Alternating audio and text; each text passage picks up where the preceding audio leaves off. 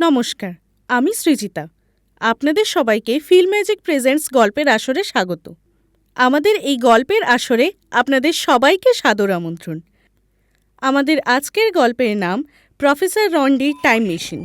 গল্পটি লিখেছেন সত্যজিৎ রায়, পরিচালনায় ডক্টর অরিন্দম ব্যানার্জি।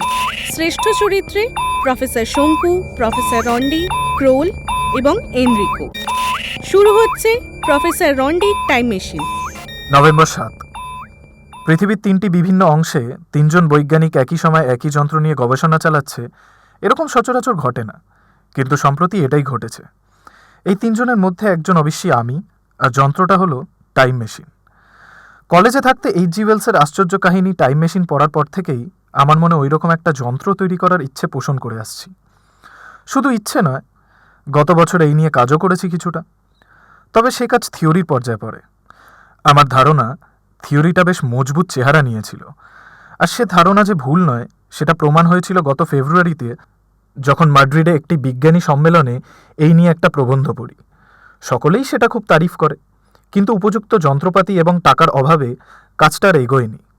ইতিমধ্যে জার্মানির কোলোন শহরে প্রফেসর ক্লাইবার টাইম মেশিন তৈরির ব্যাপারে বেশ কিছু দূর অগ্রসর হয়েছিলেন। সে খবর আমি পাই তার জার্মান বন্ধু উইলহেলম ক্রোলের কাছ থেকে।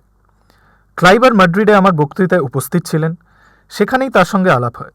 দুঃখের বিষয়, এ কাজ শেষ হবার আগেই ক্লাইবারের মৃত্যু হয় অজ্ঞাত আততায়ীর হাতে। এটা হলো 15 দিন আগের খবর। পদার্থবিজ্ঞানী ক্লাইবার ছিলেন ধনী ব্যক্তি, বিজ্ঞানের বাইরেও তার নানা রকম শখ ছিল। তার একটা হলো দুষ্প্রাপ্য শিল্পদ্রব্য সংগ্রহ করা। খুনটা ডাকাতেই করেছে বলে অনুমান করা হয়, কারণ যে ঘরে খুন হয় ক্লাইবারের কাজের ঘর বা স্টাডি, সে ঘর থেকে 3টে মহামূল্য শিল্পদ্রব্য লোপ পেয়েছে। ক্লাইবারকে কোনো ভোটা অস্ত্র দিয়ে মাথায় বাড়ি মেরে হত্যা করা হয়েছিল। সে অস্ত্র পুলিশ বহু অনুসন্ধান করেও খুঁজে পায়নি। খুনি আজ পর্যন্ত ধরা পড়েনি। তৃতীয় যে বিজ্ঞানী, সে একই মিশন নিয়ে কাজ করছিলেন। তিনি হলেন ইটালির মিলান শহরের পদার্থবিজ্ঞানী প্রফেসর লুইস রন্ডি। রন্ডির মেশিন তৈরি হয়ে গেছে এবং তার ডেমনস্ট্রেশনও হয়ে গেছে। রন্ডি মাদ্রিদে উপস্থিত ছিলেন না, এবং আমি আগে কিছুই জানতে পারিনি যে তিনিও একই গবেষণায় লিপ্ত। গত মাসে রন্ডির নিজে লেখা চিঠিতে জানি তার টাইম মেশিন তৈরি হয়ে গেছে। সে আমাদের সাদর আমন্ত্রণ জানিয়েছে মিলানে গিয়ে তার যন্ত্র দেখে আসতে। আমি যে এই প্রতিযোগিতায় হেরে যাব এটা আমি আগেই আশঙ্কা করেছিলাম, তবে এই ফাঁকে যে রন্ডি কেল্লাফতে করবে সেটা অনুমান করতে পারিনি। আমি ভাবছি এ মাসের মধ্যেই একবার মিলান ঘুরে আসব। রন্ডি শুধু যে আমার আতিথেয়তার ভার নিচ্ছে তা নয়, প্লেনে যাতায়াতের ভাড়াও সেই দেবে। আসলে রন্ডি রীতিমতো ধনী। তার পরিচয় শুধু বৈজ্ঞানিক প্রফেসর রন্ডি হিসেবে নয়, সে হলো কাউন্ট লুইস রন্ডি। অতএব এটা অনুমান করা যায় সে বিশাল সম্পত্তির মালিক। অবশ্যই আমি ব্যাপারটা বুঝি, এত বড় একটা আবিষ্কারের প্রকৃত বিচার বিজ্ঞানীর দ্বারাই সম্ভব। বিশেষ করে আমি যখন ওই একই ব্যাপার নিয়ে কাজ করে এখনও সফল হতে পারিনি, তখন যন্ত্রটা আমাকে না দেখানো পর্যন্ত রন্ডির স্বাস্তি হতে পারে না। এর জন্য 10-20 হাজার টাকা খরচ করা একজন ধনী বৈজ্ঞানিকের পক্ষে কিছুই না। যারা টাইম মেশিনের ব্যাপারটা জানে না, তাদের জন্য এই যন্ত্রের একটা বর্ণনা দেওয়াই দরকার। এই যন্ত্রের সাহায্যে অতীতে এবং ভবিষ্যতে সফর করা সম্ভব। মিশরের পিরামিড কিভাবে তৈরি হয়েছিল তাই নিয়ে বৈজ্ঞানিকদের মধ্যে এখনও মতভেদ রয়েছে। টাইম মেশিনের সাহায্যে একজন মানুষ 5000 বছর আগের মিশরের গিয়ে নিজের চোখে পিরামিড তৈরির ব্যাপারটা দেখে আসতে পারে। 5000 কেন, 75 লক্ষ বছর আগে গিয়ে দেখে আসতে পারে ডাইনোসর কেমন জীব ছিল। যাওয়া মানে সশরীরে যাওয়া কিনা সেটা রন্ডির যন্ত্র না দেখা অবধি বলতে পারবো না। হয়তো এমন হতে পারে যে দেহটা যেখানে ছিল সেখানেই থাকবে, শুধু চোখের সামনে সিনেমার মতো ভেসে উঠবে অতীতের দৃশ্য। তাই বা মন্দ কি? আজকের মানুষ যদি চোখের সামনে আদিম গুহাবাসী মানুষকে দেখতে পায়, অথবা আলেকজান্ডার বা নেপোলিয়নের যুদ্ধ দেখতে পায়, বা আজ থেকে 20,000 বছর পরে পৃথিবীর চেহারা কেমন হবে তা দেখতে পায়, তাহলে সে তো আশাতীত লাভ। আমি স্থির করেছি রন্ডির আমন্ত্রণ গ্রহণ করব। এই যন্ত্রের ব্যাপারে আমি ছেলে মানুষের মতো কৌতূহল অনুভব করছি। এই সুযোগ ছাড়া যায় না। নভেম্বর 12। আজ রন্ডির আরেকটা চিঠি। ইতিমধ্যে আর তার চিঠির জবাব দিয়ে দিয়েছি, কিন্তু সে সেটা পাওয়ার আগেই আরেকবার লিখেছে। বোঝাই যাচ্ছে ভদ্রলোক একজন আন্তর্জাতিক খ্যাতিসম্পন্ন বৈজ্ঞানিকের তারিফ পাবার জন্য মুখিয়ে আছে। আমি আজই তাকে টেলিগ্রামে জানিয়ে দিয়েছি আমার আসার তারিখ ও সময়। এর মধ্যে আরেক গণ্ডগোল। আজ সকালে হঠাৎ নকুরবাবু এসে হাজির। এর কথা আমি আগে বলেছি। অতি অমায়িক শান্তশিষ্ট ভদ্রলোক, যেন ভাজা মাছটি উল্টে খেতে জানেন না। কিন্তু এরই মধ্যে মাঝে মাঝে একটা অলৌকিক শক্তি প্রকাশ পায়, যার ফলে ইনি সাময়িকভাবে অনেক কিছুই বুঝতে এবং করতে পারেন, যা সাধারণ মানুষ পারে না। তার মধ্যে একটা হলো ভবিষ্যতের কোনো ঘটনা জানতে পারা, যেন ভদ্রলোক নিজেই একটি জীবন্ত টাইম মেশিন। নকুরবাবু যথারীতি আমায় প্রণাম করে আমার সামনের সোফায় বসে আমার কাজের ব্যাঘাত করার জন্য ক্ষমা চেয়ে আমাকে জানালেন যে অদূর ভবিষ্যতে আমায় একটা বড় বিপদের সামনে পড়তে হবে এবং সেই ব্যাপারে তিনি আমাকে সাবধান করতে এসেছেন। আমি বললাম, বিপদ মানে? কিরকম বিপদ? ভদ্রলোক এখনো হাত দুটো জোর করে আছেন। সেভাবেই বললেন, সঠিক তো বলতে পারবো না স্যার, তবে দেখলুম যেন আপনার ঘোর সংকট উপস্থিত, প্রায় প্রাণ নিয়ে টানাটানির ব্যাপার। তাই ভাবলুম আপনাকে জানিয়ে দিই। বিপদ থেকে উদ্ধার পাবো কি? তা তো জানি না স্যার। ব্যাপারটা ঘটবে কবে সেটা বলতে পারে? আগে হ্যাঁ, তা পারি। নকুরবাবু বেশ প্রত্যয়ের সঙ্গে বললেন, ঘটনাটা ঘটবে 21শে নভেম্বর রাত 9টায়। এর বেশি আর কিছু বলতে পারবো না স্যার। আমি মিলানে পৌঁছবো 18। অনুমান করা যায় যে মিলানে থাকাকালীন ঘটবে যা ঘটার। আমি যতদূর জানি রন্ডি সদাশয় ব্যক্তি, তার সম্বন্ধে কোনো বদনাম শুনিনি কখনো। তাহলে কি বিপদটা আসবে রন্ডির যন্ত্র থেকে? যা হোক, যা কপালে আছে তা হবে। তবে মরার আগে যদি একবার অতীতে ও ভবিষ্যতে ঘুরে আসতে পারি, তাহলে মন্দ কি? November 18, Milan. আমি আজই এখানে সকালে পৌঁছেছি। গমগমে আধুনিক ব্যস্ত শহর, ইতালির ব্যবসা বাণিজ্যের অন্যতম কেন্দ্র। শহরের একটু বাইরে অপেক্ষাকৃত নিরিবিলি অঞ্চলে রন্ডির প্রাসাদোপম প্রাচীন বাসস্থান। রন্ডি নিজেই গাড়ি চালিয়ে আমাকে এয়ারপোর্ট থেকে নিয়ে এলো। বয়স 52 হলেও মাঝা ঘষা ঝকঝকে চেহারার জন্য সেটা বোঝার উপায় নেই। মাথার চুল এখনও পাকেনি, ফ্রেঞ্চ কাট দাড়ি আর গোফটাও কুচকুচে কালো। এয়ারপোর্ট থেকে আসার পথে মুখ থেকে ক্লে পাইপ নামিয়ে রন্ডি বলল, তোমার বক্তৃতা আমি নিজে না শুনলেও ইটালিয়ান পত্রিকা ইল টেম্পোতে ছাপা হওয়ার পর সেটা আমি পড়ি। তুমি তোমার মেশিন তৈরি করতে পারোনি জেনে আমি দুঃখিত। এরপর রন্ডি যা বলল তাতে আমি অবাক না হয়ে পারলাম না। তোমাকে এখানে আসতে বলার পিছনে আসল কারণটা আমি চিঠিতে জানাইনি, সেটা এখন তোমাকে বলি। আমার যন্ত্র কাজ করছে ভালোই। অতীত ও ভবিষ্যৎ দুদিকেই যাওয়া যায় এবং ভৌগোলিক অবস্থান জানা থাকলে নির্দিষ্ট জায়গাতেও যাওয়া যায়। যেমন কালই আমি খ্রিস্টপূর্ব যুগে গ্রিসে দার্শনিকদের এক বিতর্ক সভায় উপস্থিত হয়ে গ্রিক ভাষায় বাকবিতণ্ডা শুনলাম কিছুক্ষণ ধরে। সময়টা ছিল দুপুর। আমি যদি সকাল 10টা বা অন্য কোনো নির্দিষ্ট সময়ে গিয়ে পৌঁছতে চাইতাম তাহলে পারতাম না, কারণ আমার যন্ত্রে সেটা আগে থেকে স্থির করার কোনো উপায় আমি ভেবে পাইনি। এ ব্যাপারে আমার সব চেষ্টা ব্যর্থ হয়েছে। যদি তুমি এর একটা উপায় বাতলে দিতে পারো তাহলে তোমাকে আমি আমার কোম্পানির একজন অংশীদার করে নেব। কোম্পানি? আমি একটু অবাক হয়ে জিজ্ঞেস করলাম, হ্যাঁ, কোম্পানি টাইম ট্রাভেলস ইনকর্পোরেটেড। যে পয়সা দেবে সেই ঘুরে আসতে পারবে তার ইচ্ছে মতো অতীতে বা ভবিষ্যতে। নিউ ইয়র্কের একটি কাগজে একটিমাত্র বিজ্ঞাপন দিয়েছিলাম। 3 সপ্তাহে 3,500 ইনকোয়ারি এসেছে। আমি অবশ্যই জানুয়ারির আগে কোম্পানি চালু করছি না, কিন্তু এর মধ্যেই আঁচ পেয়ে গেছি এ ব্যবসায় মার নেই। কত মূল্য দিলে তবে এই সফর সম্ভব হবে? সেটা নির্ভর করে কতক্ষণের জন্য এবং কত দূর অতীতে বা ভবিষ্যতে সফর তার উপর। অতীতের চেয়ে ভবিষ্যতের রেট বেশি। অতীতে ঐতিহাসিক যুগে 10 মিনিট ভ্রমণের রেট $10,000, প্রাগ ঐতিহাসিক হলে রেট দ্বিগুণ হয়ে যাবে, আর 10 মিনিটের চেয়ে বেশি হলে রেট প্রতি মিনিটে বাড়বে $1,000 করে। আর ভবিষ্যৎ? ভবিষ্যতে সফরের রেটে তারতম্য নেই। তুমি নিকট ভবিষ্যতে যেতে চাও বা সুদূর ভবিষ্যতে যেতে চাও, তোমার খরচ লাগবে $25,000। মনে মনে রন্ডির ব্যবসা বুদ্ধির তারিফ না করে পারলাম না। এক হুজুকে আমেরিকান লাখপতি ক্রোড়পতির জোরেই ব্যবসা লাল হয়ে যাবে সেটা বেশ বুঝতে পারছিলাম। এবার আমি একটা জরুরি প্রশ্ন করলাম, তোমার এই টাইম মেশিনের দর্শকের ভূমিকাটা কি? সে কি সশরীরে গিয়ে হাজির হবে অতীতে বা ভবিষ্যতে? রন্ডি মাথা নাড়ল।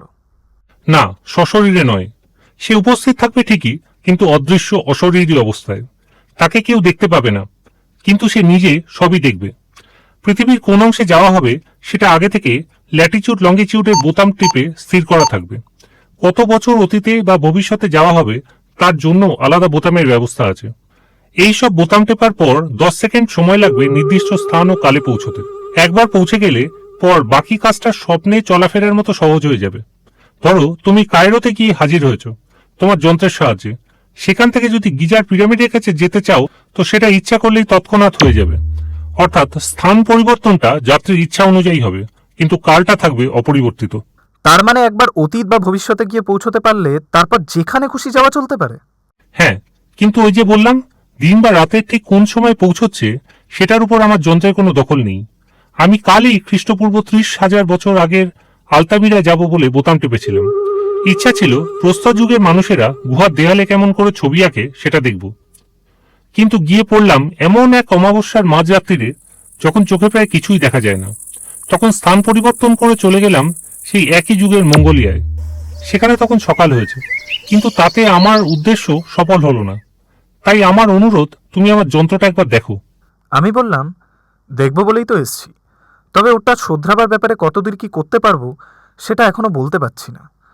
আর তুমি যে তোমার ব্যবসায় আমাকে অংশীদার করে নেবার কথা বলছো, তার জন্য অশেষ ধন্যবাদ, কিন্তু সেটার কোনো প্রয়োজন নেই। আমি যা করব তাতে যদি আমার বৈজ্ঞানিক ক্ষমতার কোনো পরিচয় পাওয়া যায়, তাতেই আমি কৃতার্থ বোধ করব। আমার কথায় রন্ডি কিঞ্চিৎ বিস্মিতভাবে আমার দিকে চাইল। ভাবটা যেন আমি কিরকম মানুষ যে রোজগারের এত বড় একটা সুযোগ পেয়েও ছেড়ে দিচ্ছি। রন্ডির বাসস্থানে যখন পৌঁছলাম তখন প্রায় দুপুর 12টা। আমার ঘর দেখিয়ে দিল রন্ডি নিজে। চমৎকার ব্যবস্থা, আতিথেয়তার কোনো ত্রুটি হবে বলে মনে হয় না। এত বড় বাড়িতে সে একা থাকে কিনা সেটা জিজ্ঞেস করতে রন্ডি বলল যে তার আরেকটা আধুনিক বাড়ি আছে রোম শহরে, সেখানে তার স্ত্রী এবং মেয়ে থাকে। রন্ডি প্রতি 2 মাসে একবার 1 সপ্তাহের জন্য রোমে গিয়ে তাদের সঙ্গে কাটিয়ে আসে। তবে এই বাড়িটা বড় হওয়াতে কাজের সুবিধা এতে অনেক বেশি, বলল রন্ডি। আমার যন্ত্রপাতি, ল্যাবরেটরি ইত্যাদি সব এখানেই আছে। আর আমার অ্যাসিস্ট্যান্ট এনরিকো এখানেই আমার সঙ্গেই থাকে। তাছাড়া এখন তো প্রায় এখান সেখান থেকে বৈজ্ঞানিকরা আসছেন আমার মেশিন দেখতে। একদিন থেকে তারা আবার যে যার জায়গায় ফিরে যান। আজ অবধি অন্তত 30 জন বৈজ্ঞানিক এসেছেন এবং সকলেই স্বীকার করেছেন যে আমি অসাধ্য সাধন করেছি।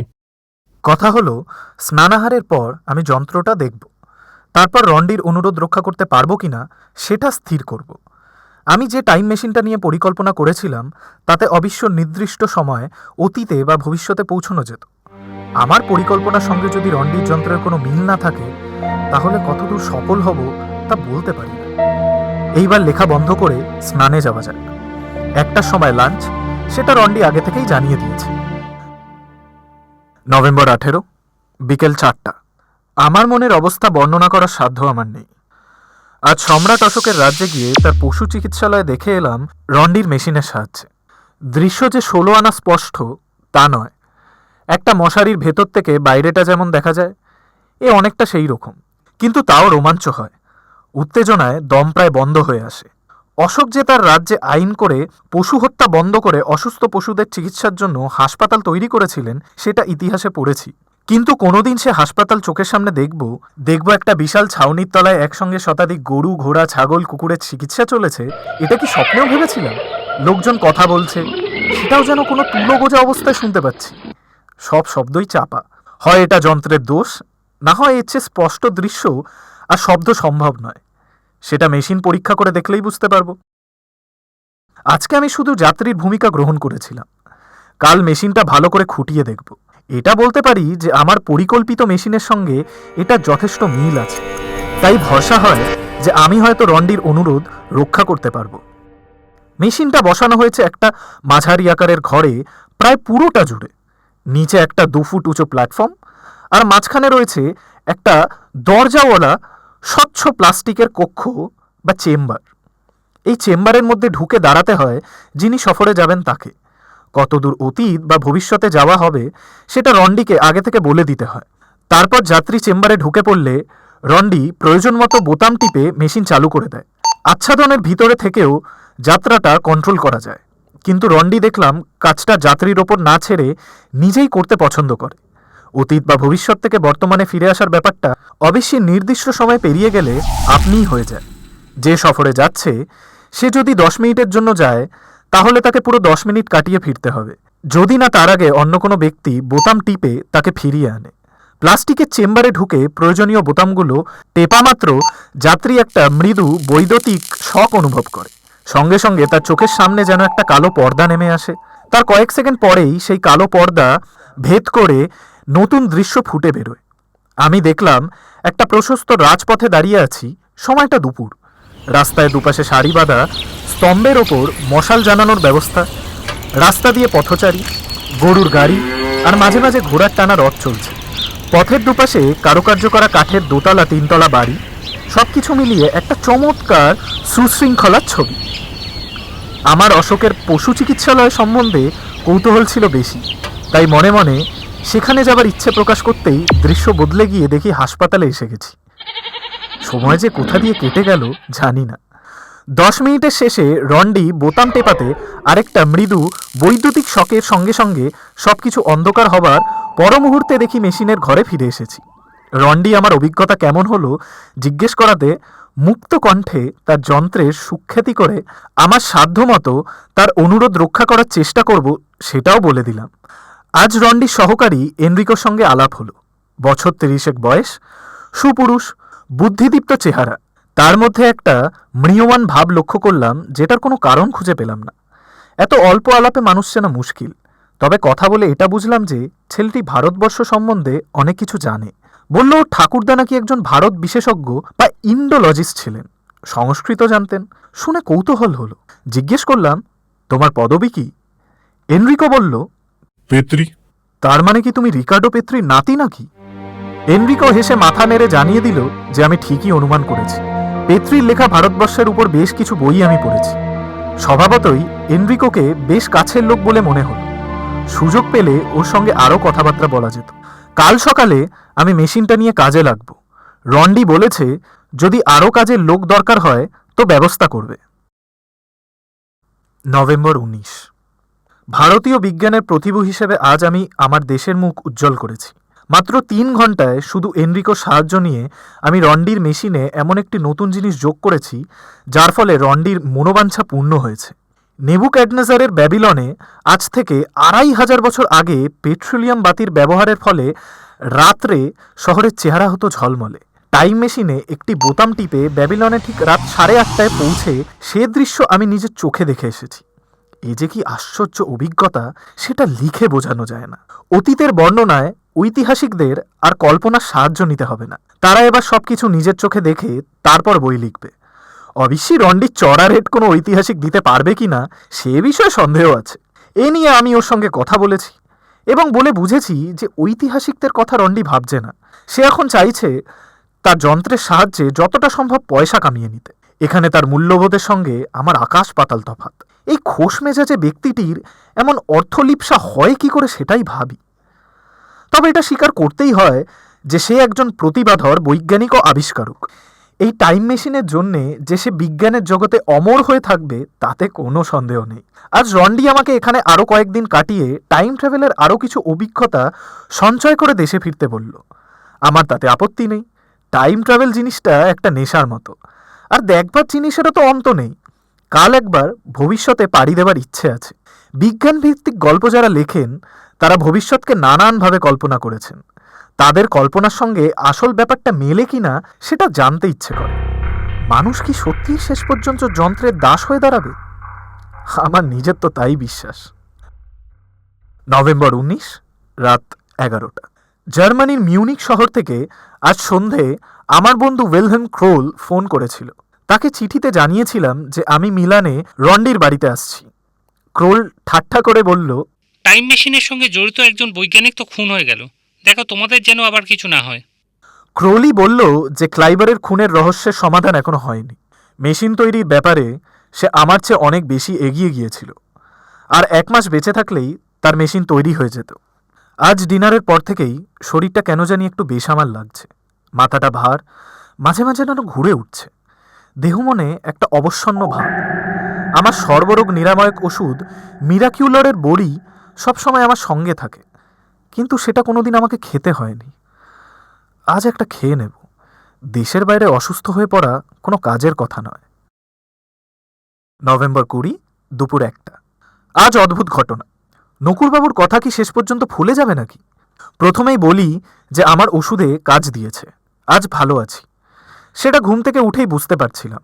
অবসন্ন ভাবটা সম্পূর্ণ চলে গেছে, কিন্তু তাও সাবধানে থাকার জন্য ব্রেকফাস্টে শুধু কফি আর একটা টোস্ট ছাড়া আর কিছু খেলাম না। রন্ডি কারণ জিজ্ঞেস করাতে গতকাল শরীর খারাপের কথাটা তাকে বললাম, এবং আমার জীবনে প্রথম আমার নিজের তৈরি ওষুধ খেতে হয়েছে সেটাও বললাম। রন্ডি কথাটা মন দিয়ে শুনল। এনরিকোর দিকে চোখ পড়াতে দেখলাম তার কপালে ভাঁজ, দৃষ্টি অন্যমনস্ক। রন্ডি প্রশ্ন করল, আজ কোন সেঞ্চুরিতে যেতে চাও? আমি বললাম, আজ থেকে 1000 বছর ভবিষ্যতে। কোন দেশে যাবে? জাপান। আমার ধারণা ভবিষ্যতে জাপান টেকনোলজিতে আর সব দেশকে ছাড়িয়ে যাবে। রন্ডি বলল, সকালে তাকে একটু বেরোতে হবে। সে 11টা নাগাদ ফিরে তারপর মেশিনের ঘর খুলবে। এইখানে একটা কথা বলা দরকার, যে ঘরে টাইম মেশিনটা থাকে সে ঘরটা সবসময় চাবি দিয়ে বন্ধ করা থাকে, এবং সে চাবি থাকে রন্ডির কাছে। অর্থাৎ সে নিজের দরজা না খুলে দিলে মেশিনের নাগাল পাওয়ার কোনো উপায় নেই। কাল যতক্ষণ ধরে মেশিনে কাজ করেছি ততক্ষণ রন্ডি আমার পাশে ছিল। যতবারই আমি মেশিনে চড়ে সফর করেছি ততবারই রন্ডি আমার পাশে দাঁড়িয়ে থেকে বোতাম ঘুরিয়ে দিয়েছে। অর্থাৎ রন্ডি যে মেশিনটাকে বিশেষভাবে আগলে রাখছে তাতে কোনো সন্দেহ নেই। অথচ চোর ডাকাতের উপদ্রব থেকে রক্ষা পাবার জন্য বাড়িতে বার্গলার অ্যালার্মের বন্দোবস্ত আছে। সদর দরজা সবসময় বন্ধ থাকে, জানলা খোলা থাকলেও প্রাসাদের ফটকে সশস্ত্র প্রহরী থাকে। রন্ডি কি তাহলে মেশিনটা আমার কাছ থেকে আগলে রাখছে, না এনরিকোর ওপর তার সন্দেহ? রন্ডি বেরিয়ে যাওয়ার পর আমি তার লাইব্রেরি থেকে কয়েকটা বিজ্ঞান সংক্রান্ত পত্রিকা নিয়ে আমার ঘরে চলে এলাম। আধ ঘন্টা পর দরজায় একটা টোকা পড়াতে খুলে দেখি ফ্যাকাশে মুখে এনরিকো দাঁড়িয়ে। তাকে ঘরে ঢুকিয়ে দরজা বন্ধ করে প্রশ্ন করলাম, কি ব্যাপার বলো তো? বিপদ। কার বিপদ? তোমার। এবং আমি তোমায় সাবধান করছি জানলে আমার। কি বিপদের কথা বলছো তুমি? আমার বিশ্বাস কাল রাতে তোমার ফলের রসে বিষ মেশানো হয়েছিল। আমি তো অবাক। বললাম, এ কথা কেন বলছো? কারণ আর সবকিছুই আমরা সকলেই খেয়েছি। ফলের রসটা ছিল শুধু তোমার জন্য। একমাত্র তোমারই শরীর খারাপ হয়েছিল। কিন্তু আমাকে বিষ খাইয়ে মারার প্রশ্ন উঠছে কেন? আমার মনে হয় টাইম মেশিনের ব্যাপারে ও কোনো রকম প্রতিদ্বন্দ্বিতা সহ্য করবে না। কারণ ওর ভয় ব্যবসাতে ওর ক্ষতি হতে পারে। ও চায় একাধিপত্য। একটা ঘটনার কথা বললেই ব্যাপারটা তোমার কাছে পরিষ্কার হবে। যেদিন মেশিনটা তৈরি হয় সেদিন প্রফেসর আনন্দের অতিশয্যে একটু বেশি মদ খেয়ে ফেলেছিলেন। তারপর ওর মাতলামি আমি ওর অজান্তে দেখে ফেলেছি। উনি ওর ওই 2 প্রতিদ্বন্দ্বী ক্লাইবার আর তোমার উদ্দেশ্যে যে কি কুৎসিত ভাষায় গালমন্দ করেছিলেন তা বলতে পারি। ক্লাইবার অবশ্যই তার আগেই খুন হয়েছে, কিন্তু তোমাকে উনি একচোট দেখে নেবেন সে কথা বারবার বলছিলেন নেশার ঝোঁকে। ওর দৃঢ় বিশ্বাস তুমি ওর ব্যাপারে ব্যাগরা দেবে। উনি যে কিরকম লোক তুমি ধারণা করতে পারো না। ওকে মাতাল অবস্থায় না দেখলে ওর আসল রূপ জানা যায় না। উনি মেশিনটাকে কেমন ভাবে আগলে রেখেছেন সেটা তো তুমি দেখেছো। তোমাকে ব্যবহার করতে দিচ্ছেন কারণ তোমাকে শেষ করে ফেলার মতলব করছেন তাই। আর যেসব বৈজ্ঞানিক এখানে এসছেন তাদের কাউকে একবারের বেশি মেশিনটাকে ব্যবহার করতে দেননি উনি। আমিও সহকর্মী 3 বছর ধরে ওর পাশে থেকে কাজ করেছি, কিন্তু মেশিন তৈরি হয়ে যাবার পর উনি ওটা আমাকে ছুঁতে দেননি। আমি তো অবাক। বললাম, তুমি টাইম মেশিনে সফর করে দেখোনি এখনো? সেটা করেছি, বলল এনরিকো। কিন্তু প্রফেসরের অজান্তে উনি গত মাসে একবার রোমে গিয়েছিলেন। সেই সময় লোহার তার দিয়ে চোরের মতো করে মেশিনের ঘরে তালা খুলি আমি। সেইভাবেই এখনো রোজই রাত্রে গিয়ে আমি টাইম মেশিনের মজা উপভোগ করি। আমার নেশা ধরে গেছে। কিন্তু প্রফেসর জানতে পারলে আমার কি দশা হবে জানি না। তুমি কি তাহলে বলছো আমি এখান থেকে চলে যাই? যদি থাক তাহলে অন্তত এমন কোনো জিনিস খেও না যেটা আমরা খাচ্ছি না। বিষ প্রয়োগ করে খুন করাটা ওর পক্ষে মোটেই অসম্ভব নয়। আমার আবার নকুরবাবুর সতর্কবাণী মনে পড়ল। আমি বললাম, আমার ওষুধের জন্য বিষ আমার কোনো ক্ষতি করতে পারবে না। কিন্তু সেটা উনি বুঝতে পারলে তো অন্য রাস্তা নেবেন। অন্য রাস্তা ওকে নিতে দেব না। আমি বুঝিয়ে দেব যে আমার ওষুধ যথেষ্ট কাজ দিচ্ছে না। সেটুকু অভিনয় করার ক্ষমতা আমার আছে। যাই হোক, আমাকে সাবধান করে দেওয়ার জন্য অশেষ ধন্যবাদ। এনরিকো চলে গেল। আমি খাটে বসে মাথায় হাত দিয়ে আকাশ পাতাল ভাবতে লাগলাম। তারপর একটা কথা মনে হওয়াতে মিউনিকে আমার বন্ধু ক্রোলকে আর একটা টেলিফোন করলাম। 1 মিনিটের মধ্যেই তার সঙ্গে যোগাযোগ হয়ে গেল। কি ব্যাপার শঙ্কু, কোনো বিপদ হয়েছে নাকি? আমি ক্রোলকে সংক্ষেপে ঘটনাটা বললাম। ক্রোল সব শুনে টুনে বলল, এনরিকো ছেলেটি একটু বেশি কল্পনাপ্রবণ নয় তো? আমি বললাম, না, আমার ধারণা এনরিকো যা বলছে তাতে কোনো ভুল নেই, কিন্তু সে ব্যাপারটা আমি সামলাতে পারবো মনে হয়। তোমাকে ফোন করেছি সাহায্যের জন্য নয়, তোমার কাছে একটা ইনফরমেশন চাই। কি? প্রথমে বলো, ক্লাইবারের খুনি কি ধরা পড়েছে? কেন জিজ্ঞাসা করছো? কারণ আছে। ধরা পড়েনি, তবে খুনের অস্ত্রটা পাওয়া গেছে বাড়ির বাগানের একটা অংশে মাটির নিচে। তাতে অবশ্যই আঙুলের ছাপ নেই, কাজেই রহস্য এখনো রহস্যই রয়ে গেছে।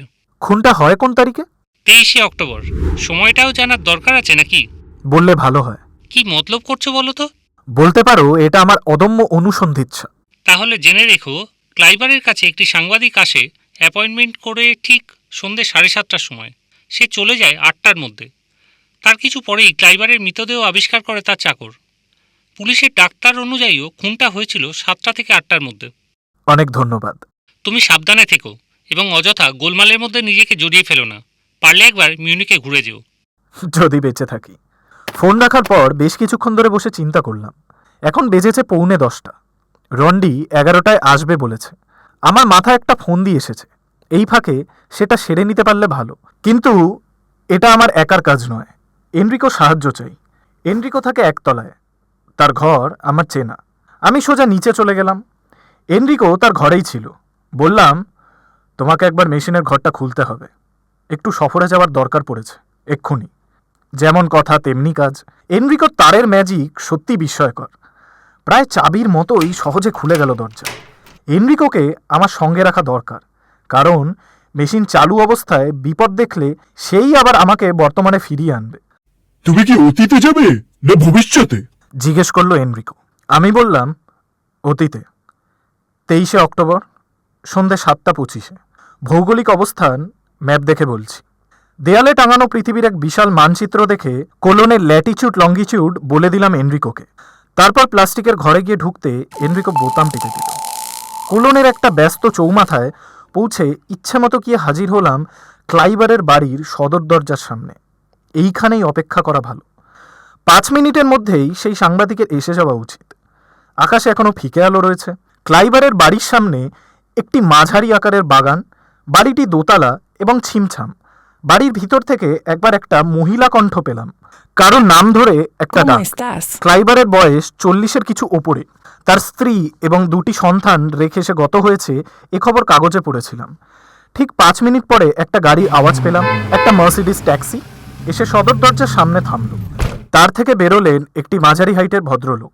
তার একগাল দাড়ি, পরনে গাঢ় নীল স্যুটের ওপর ওভারকোট, মাথায় ফ্ল্যাট হ্যাট, ডান হাতে ব্রিফকেস। ট্যাক্সির ভাড়া চুকিয়ে দিয়ে ভদ্রলোক সদর দরজার দিকে এগিয়ে কলিং বেল টিপলেন। প্রায় সঙ্গে সঙ্গে দরজা খুলে দিল একটি চাকর। প্রফেসর বাড়িতে আছেন কি? আগন্তুক জিজ্ঞাসা করলেন। তারপর পকেট থেকে একটা কার্ড বার করে এগিয়ে দিয়ে বললেন, আমি টেলিফোনে অ্যাপয়েন্টমেন্ট করেছিলাম। আগন্তুক গলার স্বর খানিকটা বিকৃত করার চেষ্টা করলেও আমার চেনা চেনা লাগছিল। 4টি কার্ড নিয়ে ভেতরে গিয়ে প্রায় সঙ্গে সঙ্গেই ফিরে এসে আগন্তুককে ভিতরে ডাকলো। তার পিছন পিছন আমিও ঢুকলাম। দরজা দিয়ে ঢুকেই ল্যান্ডিং, তার একপাশে দোতলায় যাওয়ার সিঁড়ি, সিঁড়ির ধারে একটা হ্যাট স্ট্যান্ড। আগন্তুক ওভারকোট খুলে চাকরকে দিয়ে হ্যাটটা স্ট্যান্ডে রেখে আয়নায় একবার নিজের চেহারাটা দেখে নিলেন। তারপর চাকরের নির্দেশ অনুযায়ী পেছন দিকে একটা দরজা দিয়ে একটা ঘরে প্রবেশ করলেন। সেই সঙ্গে আমিও নিজের অদৃশ্য হয়ে সবকিছু দেখতে পাচ্ছি বলে একটা অদ্ভুত উত্তেজনা অনুভব করছি। ঘরটা ক্লাইবারের স্টাডি বা কাজের ঘর। একটা বড় টেবিলের পেছনে ক্লাইবার একটা চামড়ায় মোড়া চেয়ারে বসেছিল। আগন্তুক ঢুকতেই উঠে দাঁড়িয়ে এগিয়ে এসে করমর্দন করল। লম্বা সৌম্য চেহারা, মাথায় সোনালি চুল, ঠোঁটের ওপর সরু সোনালি গোঁফ, চোখে সোনার চশমা। ক্লাইবার আগন্তুককে টেবিলের উল্টো দিকে একটা চেয়ার দেখিয়ে দিল। আমি দাঁড়িয়ে রইলাম বন্ধ দরজার সামনে। আমার চোখের সামনে যেন একটা ফিনফিনে পর্দা। তার মধ্যে দিয়ে দেখছি আগন্তুক পকেট থেকে সিগারেটের প্যাকেট বার করে ক্লাইবারকে অফার করলেন। ক্লাইবার প্রত্যাখ্যান করলে পর আগন্তুক নিজেই একটা সিগারেট ঠোঁটে পুরে ক্লাইবারের সামনে থেকে রূপোর লাইটারটা তুলে সেটা দিয়ে সিগারেটটা ধরিয়ে প্যাকেটটা আবার পকেটে রেখে দিলেন। তারপর জার্মান ভাষায় প্রশ্নোত্তর। সব প্রশ্নই ক্লাইবারের টাইম মেশিন সংক্রান্ত। আমার নিজের শীত গ্রীষ্ম বোধ নেই, কিন্তু এদের হাত কচলানো দেখে বুঝতে পারছি দুজনেরই বেশ ঠান্ডা লাগছে। ঘরে একপাশে ফায়ার প্লেসে আগুন জ্বলছে। সে আগুন একটু উস্কে দেবার জন্য ক্লাইবার উঠে ফায়ার প্লেসের দিকে এগিয়ে গেল। তার পিঠ তখন আগন্তুকের দিকে।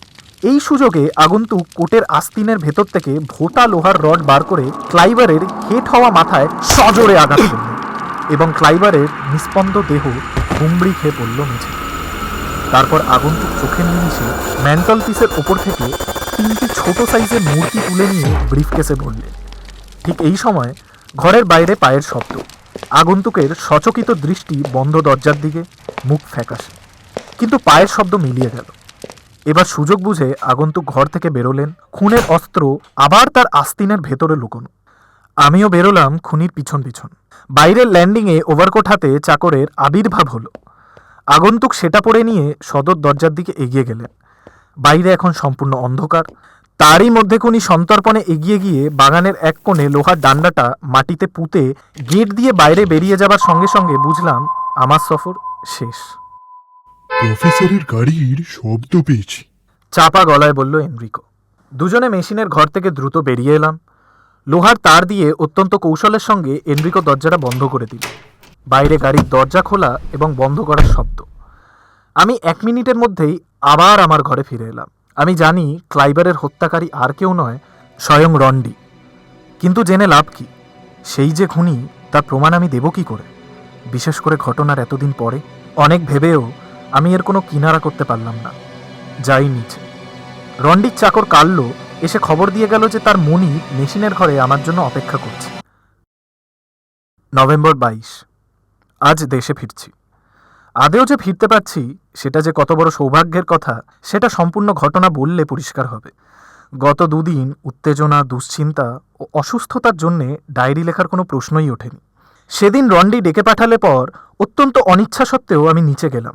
রন্ডির দৃষ্টি প্রখর, তাই সে বুঝে ফেলল যে আমার অস্বস্তি হচ্ছে। কারণ জিজ্ঞাসা করতে মিথ্যে কথার আশ্রয় নিতে হলো। বললাম, আমার ওষুধে পুরো কাজ দেয়নি, তাই শরীরটা দুর্বল লাগছে। আমার দেখার ভুল হতে পারে, কিন্তু মনে হলো যেন রন্ডির চোখ চকচক করে উঠল। তারপর সে বলল, আমার একটা ইটালিয়ান ওষুধ খেয়ে দেখবে? যাতে রন্ডি কিছু সন্দেহ না করে তাই বললাম, তা দেখতে পারি। আমি তো জানি যে ওষুধ যদি বড় হয় তাহলে সেটা জল দিয়ে খেতে হবে, আর জলে রন্ডি নিঘাত বিষ মিশিয়ে দেবে। কিন্তু যতদিন মিরাকিউলার খাচ্ছি ততদিন বিষ আমার কোনো ক্ষতি করতে পারবে না। এও জানি যে এনরিকো থাকার দরুন রন্ডি আমাকে সরাসরি খুন করতে পারবে না, অল্প অল্প করে বিষ খাইয়েই মারবে। সে তাই করুক, এবং সেই সঙ্গে তার ফন্দি কাজে দিচ্ছে এটা বোঝানোর জন্য আমাকেও অসুস্থতার ভান করে যেতে হবে। অসুস্থতার অজুহাতে আজ টাইম মেশিনের ব্যাপারটা স্থগিত রাখা হলো। রন্ডি ওষুধ এনে দিল, বড়িই বটে। রন্ডিরই আনা জল দিয়ে সে বড়ি খেয়ে 8 ঘন্টার মধ্যেই আমি মিরাকিউলার খেয়ে নিলাম। কিন্তু এভাবে আর কতদিন চলবে? এদিকে জলজান্ত প্রমাণ যখন পেয়েছি যে রন্ডি ক্লাইবারের আততায়ী, তখন তার একটা শাস্তির ব্যবস্থা না করে দেশেই বা ফিরি কি করে? কিন্তু অনেক ভেবেও কোনো রাস্তা খুঁজে পেলাম না। লাঞ্চের সময় রন্ডি জিজ্ঞেস করলো কেমন আছি।